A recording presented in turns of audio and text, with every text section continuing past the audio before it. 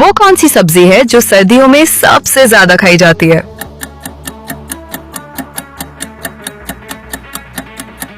सही जवाब गाजर। अगला सवाल, वो कौन सी सब्जी है जो हाजमा बेहतर करने में मशहूर है?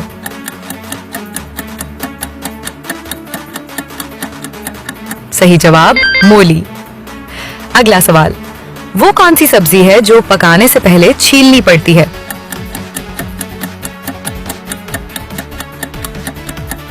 अपनी ज़हानत से इसका जवाब कमेंट सेक्शन में दें।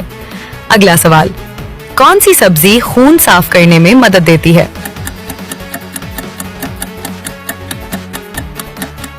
सही जवाब चकंदर। अगला सवाल, वो कौन सी सब्जी है जिसे खाने से जिल्द चमकदार होती है?